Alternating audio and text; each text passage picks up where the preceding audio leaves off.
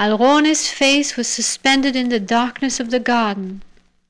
From the eyes a simoon wind shriveled the leaves and turned the earth over. All things which had run a vertical course now turned in circles round the face, around her face. She stared with such an ancient stare, heavy, luxuriant centuries flickering in deep processions. From her nacreous skin perfume spiraled like incense. Every gesture she made quickened the rhythm of the blood and aroused a beat chant like the beat of the heart of the desert, a chant which was the sound of her feet treading down into the blood the imprint of her face. A voice that had traversed the centuries, so heavy it broke what it touched, so heavy I feared it would ring in me with eternal resonance. A voice rusty with the sound of curses and the hoarse cries that issue from the delta in the last paroxysm of orgasm. Her black cape hung like black hair from her shoulders, half draped, half floating around her body.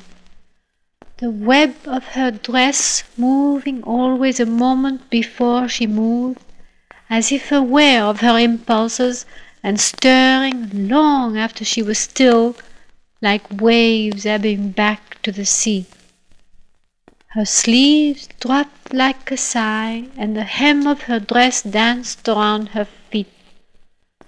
The steel necklace on her throat flashed like summer lightning, and the sound of the steel was like the clashing of swords. Le pas d'acier, the steel of New York's skeleton buried in granite, buried standing up. Le pas d'acier.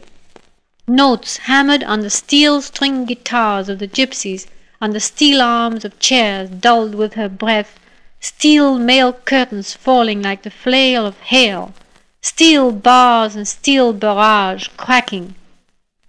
Her necklace thrown around the world's neck unmeltable.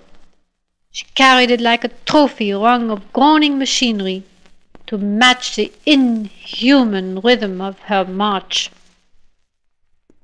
The leaf fall of her words, the stained glass hues of her moods, the rust in her voice, the smoke in her mouth, her breath on my vision like a human breath blinding a mirror.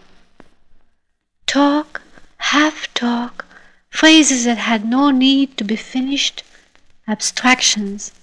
Chinese bells played on with cotton-tip sticks, mock orange blossoms painted on porcelain, the muffled, close half-talk of soft flesh women, the men she had embraced and the women all washing against the resonance of my memory, sound within sound, scene within scene, woman within woman, like acid revealing an invisible script, one woman within another eternally in a far-reaching procession, shattering my mind into fragments, into quarter tones which no orchestral baton can ever make whole again.